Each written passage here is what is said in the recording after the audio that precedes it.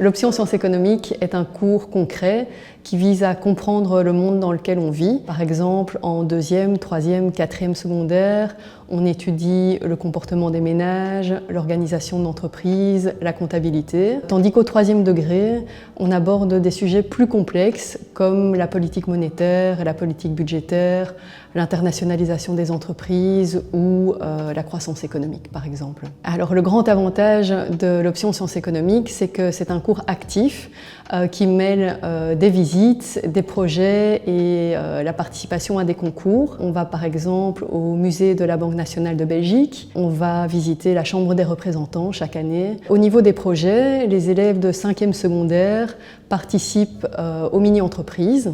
Donc, ils créent et gèrent leur propre entreprise en format miniature pendant 1 an. Ils se financent en vendant des parts sociales. Ils doivent gérer leur comptabilité, gérer le marketing, contacter des fournisseurs. C'est vraiment un projet passionnant, mais qui demande aussi beaucoup d'investissement de la part des élèves.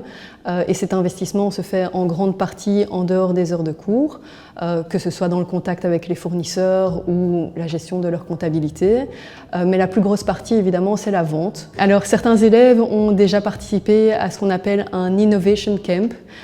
C'est un challenge entrepreneurial où ils doivent concevoir, présenter et défendre devant un jury de professionnels une idée originale et innovante qui doit répondre à une problématique donnée par une grande entreprise. On a aussi des élèves motivés qui participent au concours de la Banque centrale européenne sur la politique monétaire. Donc après une première phase de sélection, l'équipe du collège a pu suivre une formation donnée par les économistes de la Banque nationale de Belgique pour préparer la suite du concours, c'est-à-dire expliquer en quoi consiste la politique monétaire et proposer une décision comme s'ils étaient au Conseil des gouverneurs de la BCE.